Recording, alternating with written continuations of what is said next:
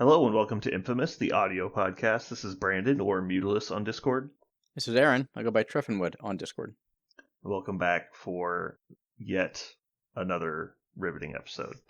Alright, so I guess we'll start off in the normal media segment. I did what I have not done in a very long time, is I just clicked on a show on Netflix without knowing anything about it. Spicy. I started watching The Following. Have you seen this? It's a No. crime procedural, so you may have. Okay, yes. But I have not. It started off pretty good, and then it got really tropey really fast, and I was like, damn it. I was really liking this show. It's just, really dumb stuff that, I feel like production should have gotten fixed by now. Like, the level of attention to detail that shows have added is just astounding sometimes. But then it's just the same old shit that, makes no sense. Like, guy pulls out a pistol and you hear, a shotgun pumping noise because, some guy in the audio studio is make gun noise. And it's like, oh my god. It's just, stupid shit like that. Or just, really bad writing of a scene. There's the one example that happens in the first season is two police are trying to catch this killer. The killer is barricaded inside of a building with a hostage. And so they agree to send in one person alone. Person goes in, other guy stays outside. But they communicate, the plan is, I'll unlock the side door once I get inside. Then you come in and help me. And that's the plan. The plan was never to actually go in alone. So the guy goes in, gets ambushed, knocked out, and then wakes up tied up to a table. But he managed to unlock the side door before he got beaten up. And so for 10 minutes, the killer has a monologue with the guy tied to a table, while the other cop is just outside waiting to ambush for no reason. It's what the fuck? It's and it's just so ridiculous the way this scene plays out, where it's oh man, it's so true. It's gun gets knocked out of hand, they struggle, blah blah blah. It's just God, is this the best you could write this scene that's supposed to be tense? Clearly. Oh man, it's just so poorly done. And so stuff like that bothers me. It's if you just wanted it to be, there was an exposition moment, there was a cleaner way to get here that would not have seemed stupid. Anyway, I always get annoyed at stuff like that. So I was liking the show a lot, and then it kind of went off the rails pretty hard. Have you watched anything new? Nope. I have been continuing my quest to unlock everything in Monster Train 2. Nice. It's going slow. Much to the satisfaction of Josh, I'm sure, I have recently purchased a new video game called Dwarf Fortress. I played it for nearly 8 hours, mostly at the detriment of my own sleep. Nice. I will say that the game is as deep as advertised. Okay. It is, in fact, so deep that it is difficult to grasp at first. Okay. I don't know if you watched that video I sent you about how jokingly ridiculous the depthness of this the sprite game werewolves and the society he created. I did watch it, and then wondered why the hell I watched it, and decided I'll never watch anything from you again. Yeah. Continue. So, long story short, guy creates a world. His dwarf fortress gets attacked by lycanthropes. He kills the lycanthrope, but then forgets that obviously normally in lycanthropy is transmutable. So some of his doors became were creatures as well, and then every monthly cycle they turn into were creatures and kill a bunch of his other dwarves and turn some of the other ones. And so he starts with 60 people. And in the course of 3 months, they kill everyone down to 3 people who are all infected. So now they stop killing each other, though. But he can't do anything because you can't really do anything with 3 dwarves. And so eventually, he's just waiting for the next settlers to come by. And when they finally show up, he exiles the were creatures. He's like, get out of here. We don't want you anymore. And starts over with the new settlers. Well, then, months later, he's working outside, his doors go outside, and the rain washes all of the blood off of the clothing. And so the entire outside of his fortress is just covered in blood. He's like, what the fuck is happening? He's like, oh, it's just washing the blood off of them. And then, a year after that in the game, the were creatures come back and try to kill the dwarves that exiled them. And so he has to fight a war against lycanthropes in the future because he exiled some infected people. And he's like, this is too much for a sprite game. Like, this is like, you need to chill the fuck out, creators of this game. And yet he's still playing it. So, yeah, it's pretty funny. You can... The thing I was having trouble with was I just couldn't get new people to show up. And so like I was stuck at like the starting 7 people for a long time. I couldn't get enough people to do all the labor I needed. But it's pretty intense, but it was fun. Good. Okay. So moving on into miniatures gaming talk. I have been printing a bunch of Blood Bowl teams over the last couple weeks. I have decided that I am tired of not actually playing games and only working on, the logistics of games. And so, because I always tend to deprioritize my own gaming time over the making other people's gaming time good. Yep. And so, Been there, done that. Still living the dream. Yeah, exactly. So anyway, I printed a bunch of teams, and I don't know if you looked at the picture of the team I posted in the Discord. It's the Gore Fist team by Torchlight. But the team's just okay in general, but I will say that the Chaos Warriors that come with it, the 4 chosen, are by far the best chosen I have found. And I printed them up, and they look even better in person. Cool. So that was fun. I also found a guy online that has gone through, and because all Blood Bowl teams usually, or not all, but a lot of them come with tokens. And like it's a thing from the core set. So these, for people that don't play Blood Bowl, they're little coins basically, and they've got this like barred rim around it with little spikes, and you can see it. It's kind of reminiscent of the bands that are around the football in the game. But most teams come with a coin that has like their team logo on it. But what he's done is he's gone around and made his own team coins for basically every team in the game, but also as generic tokens for a lot of different stuff. And so he has those same style coin tokens that have just about every little token in the game. So he's got one set that's all the different weathers, and so you just put out the token for the current weather. He's got like bribe tokens and apothecary tokens, and he's got a mascot token now. Since there's a mascot, he's got a team captain token. He also made one, and you might like this one. There's one for the 2 kickoff results, and so there's the cheering fans kickoff result and the brilliant coaching kickoff result that you can mark with those. And so those are cool. I like those. As we've been talking about lately, we're starting our Blood Bowl League this week. I need to know, Aaron, are you going to win your first game with goblins? I am not. I'm going to try really, really hard. But ultimately, it's probably a draw. Maybe a loss by 1. Okay. So you're predicting a loss of 1 or a draw? I'm predicting a draw. Would not be surprised if it was a loss by 1. I'm going to also boldly predict a draw versus the dwarf team I'm playing this week. You are Norse? Yeah. Okay. Getting your worst matchup out of the way first. Yeah, exactly. Of all of my matchups, the one I would least like to have the week 1 is dwarves. That's okay. I just got to build up some steam before I run into all the stunty teams. Yep. Have you gotten any games in with the new app for Judgment yet? Yeah, we played 3 games on it so far. I will say it is a quasi thumbs up. I think the initiative is good, right? Just having an app as opposed to needing anything. It gets people into the game a lot quicker. There was very little functionality that wasn't the way I wanted it, with one exception, and the developer's already changing that. So, the reason it's a quasi thumbs up is it's still a work in progress. It is, I would call it well past beta, maybe like a close to end of beta, if that makes sense. Like it's not perfect, but it is definitely playable and workable. It's interesting you use that term "work in progress" because that's how I would describe their company. Sure. But yeah, everything updated in about 2 seconds, like maybe even less, like a second and a half. I would input my stuff. It does not sync with the other person's game, you both end up uploading your solitary games to, I don't know how to describe it. I'm going to call it a Cloud. server. It may or may not be Yeah. the server, right? But and then basically I am just downloading his. And since we're not syncing, it's just pinging, every 2 seconds or so.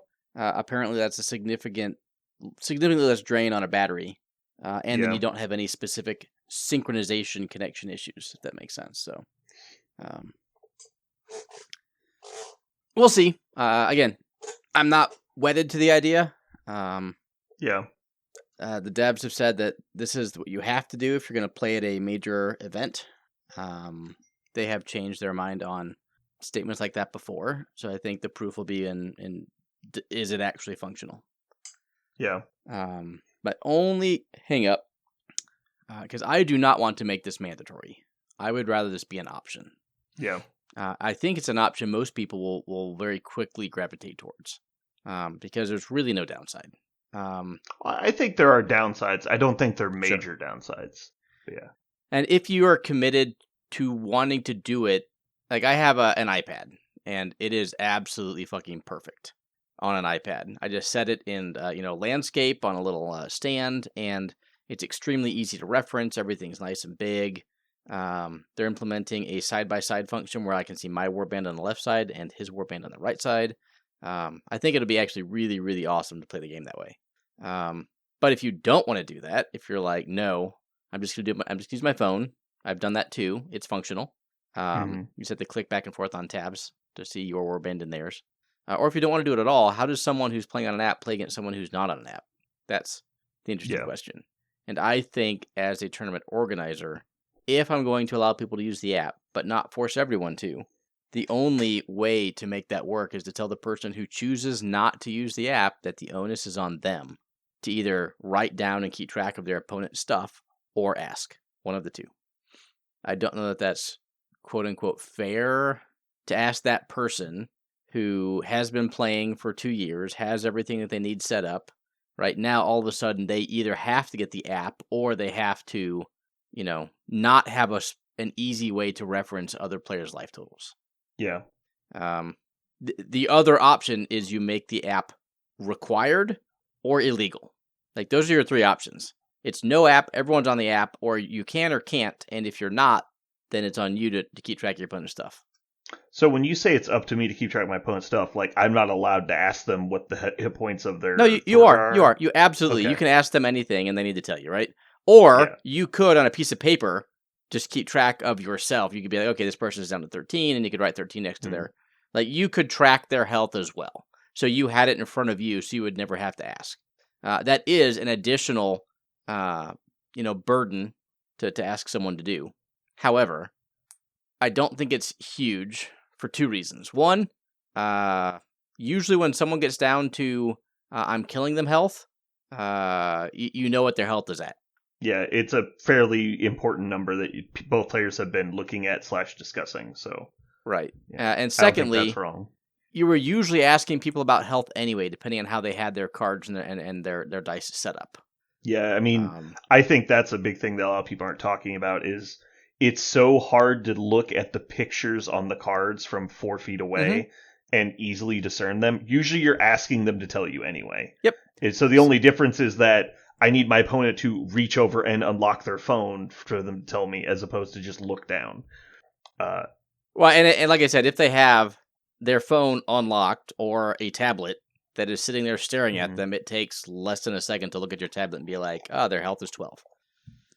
So, go ahead. I don't like the tablet as an example because tablets are expensive, and I own 2 tablets that are 10-inch tablets, but neither of them would run this app at a fast enough pace to make it a playable experience. Like, they're both very old, and they're very sluggish even to open like weather app, let alone something that syncs with the internet. Because they're just very old. Okay, sure. As long, I want to say it's going to be as quick as regular web browsing. Right. No, but my things take 12 seconds to load Google. Okay. And so it's 100% my devices, but I'm also not going to go spend $800 to buy a new iPad to play Judgment. So I don't have a use for the device outside of the game. I totally get it. Yeah. Like I said, I played it on my phone once. It was totally fine. They should make an app for the Switch. I would use my Switch instantly.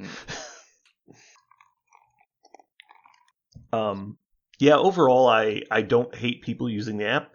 I think making it either required or banned is silly. I think it's totally fine to have people using both. Coming from War Machine, especially where there was a huge number of people using the app and a huge number of people still using cards for a very long time, it was never really an issue. I would generally default to saying if you don't have a physical copy of something, your information is less, I don't know, official than my information if I've got it openly displayed to everybody physically and you've got it on your phone that I can't access. I don't know what your opinion is on that. Like, we have a disagreement about somebody's health total. Who wins? Like, is it the person with the app, or is it the person with the dice, or is it the person with damage tokens? Is it the person that wrote it on a dry erase marker? I'm going to say neither wins. And you have dice, and I think you should be at 12, and you're at 11 or 13. And I think you just cheated and moved the dice one square, and you're like, no, it's always been this. The dice don't solve the issue, right? But it can be physical. Sure. Physically in Well, front I'm saying, of you. as a judge, obviously, if we can rewind and figure out the error, we will. But if you get called to a table as a judge, and they say, oh, Thorgar should have 12 hit points, I think he should have 10. One person has the app, one person has damage tokens on the card. Who are you ruling for?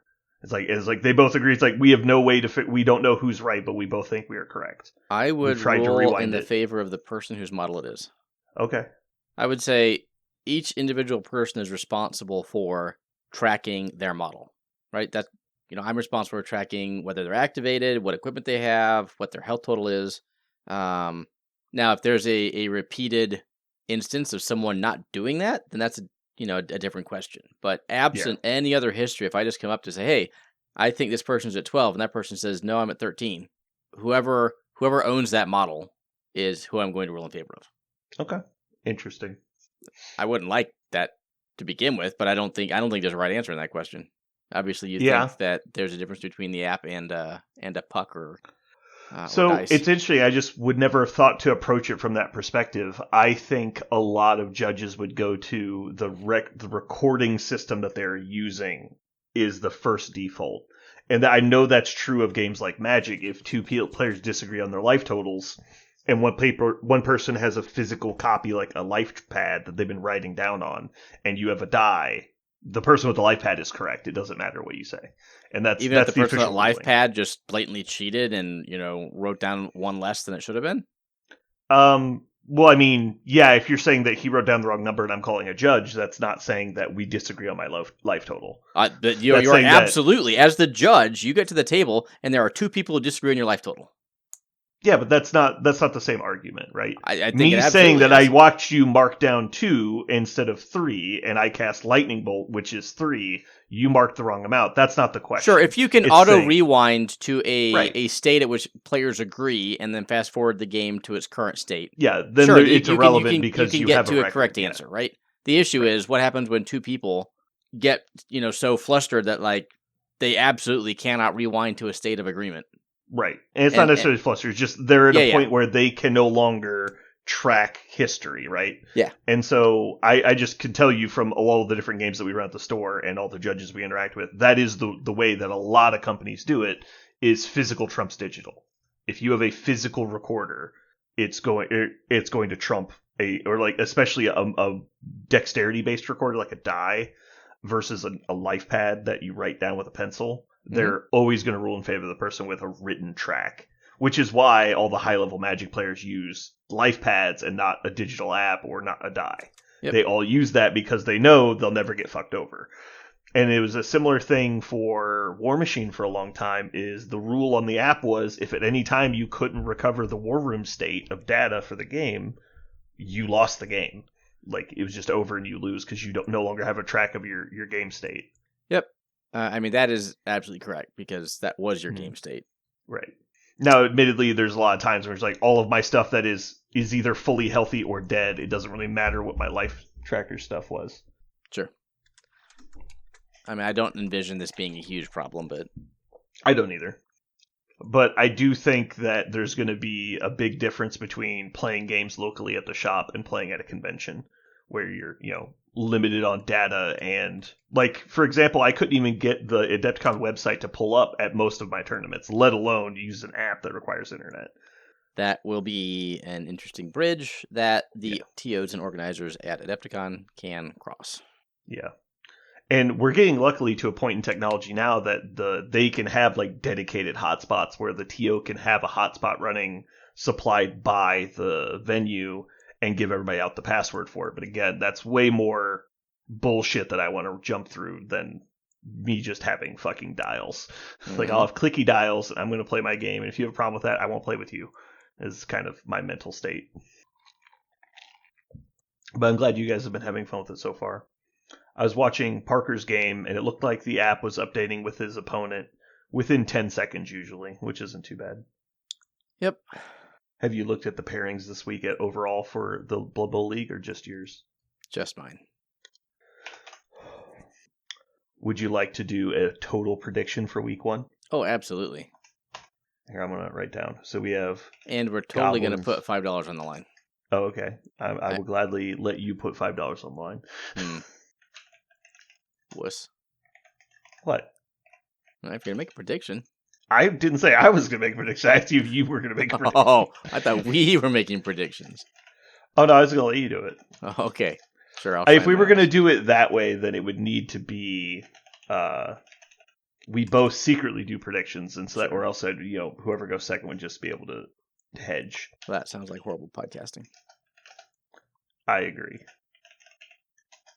Okay, round 1. Oh god.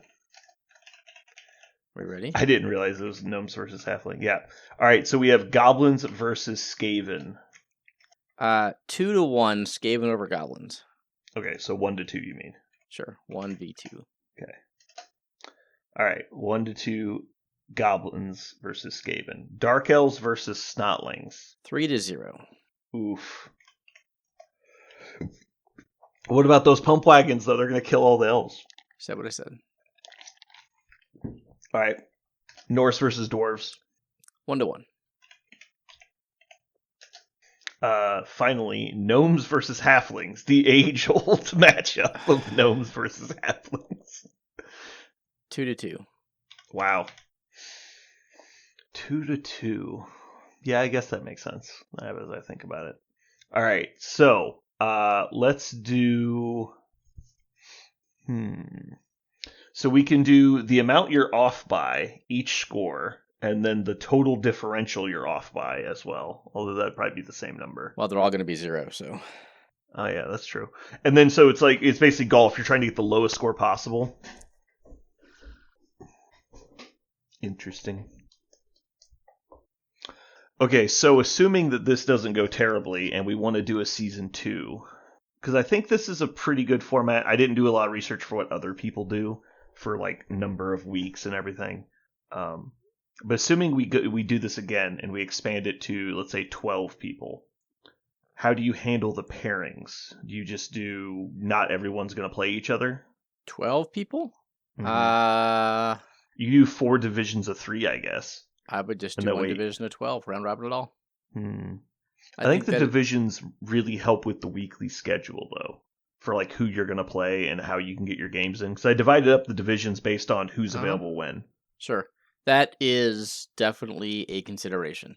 So I would not hate to take that into consideration again. And if that's the case, then you can do... The problem is you don't want to play one team more than twice. Right. That's why I think the divisions also help. Because if you did... I was originally just thinking do 3 divisions of 4 players, but if you did 4 divisions of 3 players, you could basically keep the same concept. You do 2 games against your division rivals, and then 1 game against everybody else. And so we'd basically just end up with effectively like 2 divisions of 6, but it'd be split into smaller groups. So that way you wouldn't have to do multiple games against 5 opponents, which would just inflate the schedule a bunch. Because if you did 12, you do 9 individual games plus 4, which would be a 12-week league. Right now we're doing 10. 10 is a really good number. Yeah, I think so too. So instead, well, also, I would really like to see, because if you're starting from scratch, everyone doesn't have a redraft team. it's a lot easier to have an even playing field. But if we do redraft teams, then we can also do the divisions are based on like team value coming in and stuff. Yeah, And you that could have way one you're playing more redrafted. games against people with similar stuff. So Yep. that way you're not playing a bunch of way off inducement games. Mm-hmm. So do you think 12 weeks is too many? You think 10 is right where Probably. it should be? I think 10 is a Also, good number. We'll see. We'll see how this league ends up dragging or not dragging with people's availability and excitement. yeah. And also with the redrafting going in with starting experience, the league will yet not need to be as long because people already have established teams. Yeah. As where primarily we're playing 10 weeks, that way everyone can get enough experience to have a good team going into the I think playoffs. 8's about the minimum you want for a league, but you might be able to get away with an 8-week league. So we can see after round 8, like we won't stop at this league. We can ask people, if this was the end right now, how do you feel? Yeah. How do you feel about doing divisions that play different number of games? No, like you could do the not. redraft. No. The redraft teams get 8 games, and the non-redraft teams get 10. Okay, that'd be fine. So yeah, as long as the divisions are set up into draft and redraft, that'd be fine. I think you could also like you can have two divisions of 6. I play everyone. Well, at that point, you just play each one in your division twice, and you meet in the playoffs. Or let's say you had 10 teams. You could do 2 divisions of 5. I play everyone in my division twice, which would be 8 games, and then just 2 games against 2 random opponents in the other division of 5. Right? It doesn't have to be perfectly symmetrical. Yeah, one of the things I like about the NFL is basically you do same ranking opponents. So you do your 2 games against divisions, you play 2 other divisions each once, and then they throw in, it's like, oh, you finished 16th or you finished 12th in the AFC, so you play the 12th ranking person from the NFC. And so it'd be like that, where it's like you find the person that's of your standing. And we could even do them as like flex matches, so it's at that moment in the season you'll play the person from the other division in that position. So the 2 number 1s from each division will play each other in like week 8, and then you go back to doing your other stuff. Yep. How would you feel about having somebody play multiple teams in the league? Fine. Would you play multiple teams? No. If I lived in Kansas City, yes. What about Game House? Yeah, Game House would also work. We'd have to make sure you were in separate divisions, obviously. Yeah. All right, so philosophical wise, Norse versus dwarves. Forgive me if this is a boring topic, I know it is. I feel like dwarves are much better starting, but then Norse have a much higher ceiling, so over time they get better. This is true. Okay. I don't know that they're ever favored into dwarves. It's just an unfavored matchup, but it is least favored at the very beginning when the dwarves are at their strongest. Yeah, I think that's fair. All right, so gnomes versus halflings. Gnomes are just superior halflings, correct? Different halflings. They just seem like they have so many better tools than halflings have. Yeah, you might not be wrong there. Also, if we just switch you and Parker this week on who's playing who, we would have almost 4 mirror matches because we'd have Norse versus dwarves, which are the double block teams. Mm-hmm. We'd have gnomes versus halflings, which is the short treeman teams. We would have Skaven versus Dark Elves, which is the let's score as quickly as possible teams, with also sneaky bullshit. And then Goblins versus Snotlings, which would be like another practical mirror match. Mm-hmm. We sacrificed our secret weapons for 2 more trolls. I just want to know how I got the shaft.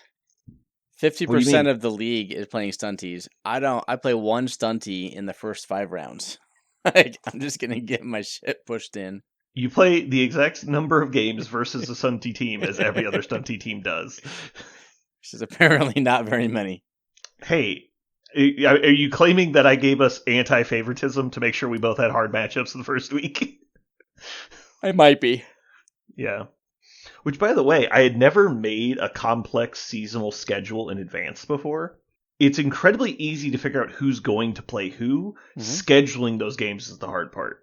Because you have to make sure nobody's duplicated on a week. Tour Play does it automatically for you. You just click go. Yeah, if you let it do random pairings, but I didn't want random pairings. I wanted our pairings. And you can't set it up to do what I did. Oh, the 2 divisions? Really? Yeah, you can do 2 divisions, but you have to do it differently. Okay. Because I wanted 2 games against divisional people Yep. and 1 game against non-divisional Got it. people. There's no way to do that in tour play. Hmm. You can kind of force it to happen, but it's not guaranteed. You basically do round robin pairings in group stage, run that for 6 weeks, and then switch to a new stage. But I didn't want all of the divisional games to happen back to back. Okay, what motherfucker is not from the United States? What do you mean? I went to the statistics of our league. There are 8 that would rookie be coaches. CJ did not select a country. There are He's 7 just people CJ. from the U.S. and 1 fucking alien playing One in the undeclared, league. yeah. One person from the moon. What a moron.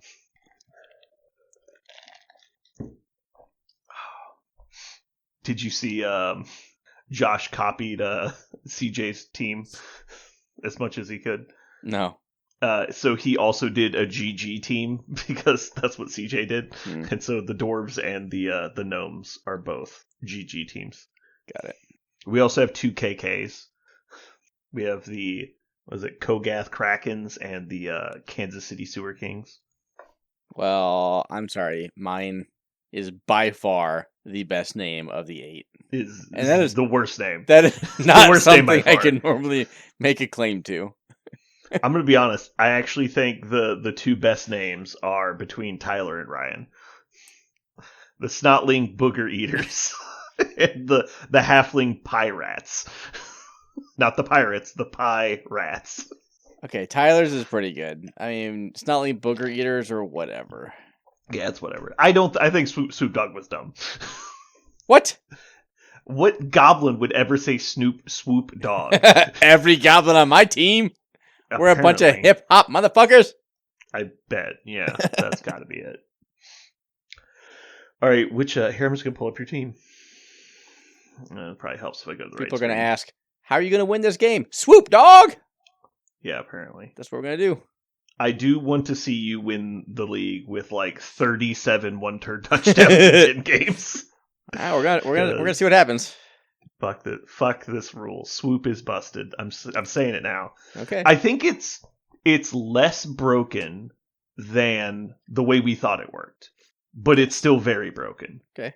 I think if you didn't get to reroll the landing roll, it's fine. But because you get to reroll the landing roll, and it's like as soon as you basically pick up sure hands and catch, like there's only like 2 rolls that matter. I could not believe that I couldn't get on my positionals to start. Yeah, that's what I was actually just looking at. So you have the Looney, obviously the ball and chain. That's the chainsaw is the Looney. Yeah. Then we've got the Doom Diver, which is the all-star of the team. The Fanatic. And then we've got 1 Pogoer and 2 Trolls. And you've only got 12 players. Yeah. So you starting off with 12 no goblins. Bombers. Yeah. No bombers, no hooligans. I mean, and only 12 players. Oh my god. Well, you're also 100k down. You could have bought. Well, and more. 2 bribes. Right. I mean, I need to be at least 100k down. I mean, 100k is perfect. The problem is, like, what if Kenny hadn't spent 5,000 and all of a sudden I'm 995 down? I only get 1 bribe. That is no. Then you spend 5k out of treasury to get your second bribe. Okay, because I can spend out to 50. Okay, so I guess I could always at least afford 1 bribe if I keep. Yeah, even if you're up, you can get 1 bribe. No, only the person below can spend. No, you can overspend 50k as the below person. As the below. What about the above? The above can spend any amount from treasury. Oh, okay. Because it gets induced to the other player. Yeah. But anything the lower person buys does not get induced in reverse, which is why it's capped at 50. Yep. I was surprised you didn't take any bombers, but I know that the bombers got nerfed, so. I mean, I really wanted it, but I only have... So with 2 bribes, I think the bomber is the better player, but the chainsaw and the fanatic are by far the more fun players. Oh, I don't disagree at all. I was not questioning you taking either of those. I was saying over the Pogo, because I think the Pogo is just absurdly overcosted. Well, I also can't, if I can't afford 3 bribes, I don't want it more than 2. Right, but aren't the bombers 40k? You could get 2 bombers for the price of that single Pogo. It is 0 to 1. Bombers? Yeah. You only take 1 bomber. I thought it was 2. Nope. Did it used to be 2? Am I just crazy? Maybe I just always took the character back in the day because Yeah. he was so cheap. He is. That's okay. After about 3 weeks, I'm sure I'll have 14 players, a bomber, and hooligan, and we'll be okay. Yeah. Did you ever track down the Super Bowl stats? I emailed him and he didn't email back, so I tried. Yeah, I and messaged failed. him on Facebook. He didn't get me back either.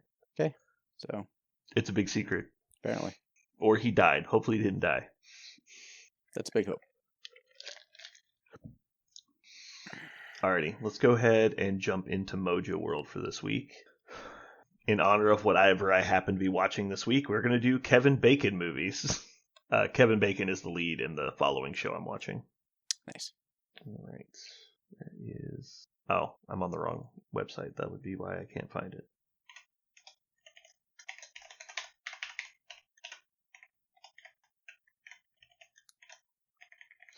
All right, Aaron, you get to go first this week. We are going to choose Apollo 13.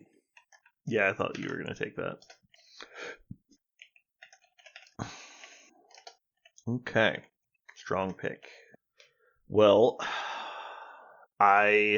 with my back-to-backs, I'm going to take the single greatest Kevin Bacon movie of all time, Tremors. And also, one of my favorite characters he's ever played is from X-Men First Class. Okay. I think I said when that movie came out, I could watch Michael Fassbender hunt Nazis all fucking day long because that was amazing. Yep. All right, back to you, Aaron. It's going to be A Few Good Men. And then in an homage to 19-year-old me, Wild Things. Ooh. Strong. All right. Well, you picked two movies that weren't on my list. So that's pretty good. I told you, we each had 5, and there's no way they were the same. Yeah.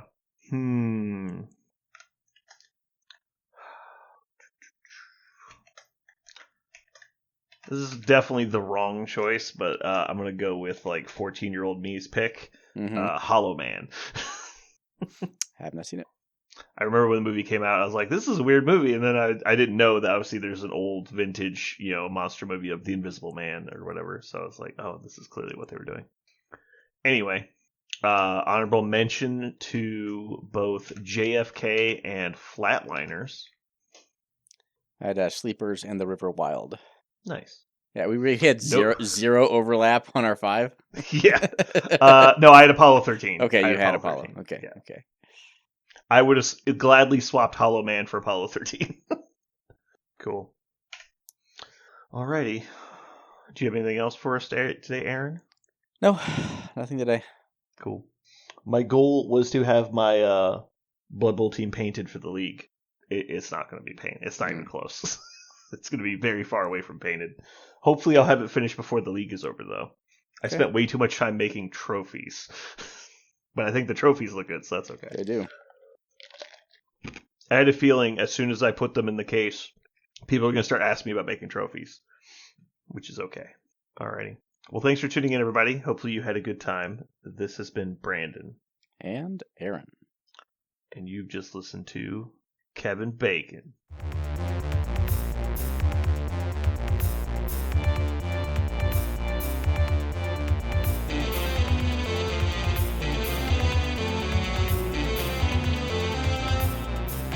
So what are we going to call this thing? I got it. Okay. Incredible, new, fantastic, astonishing, mighty, original, uncanny, sensational podcast. I'm just going to put down infamous.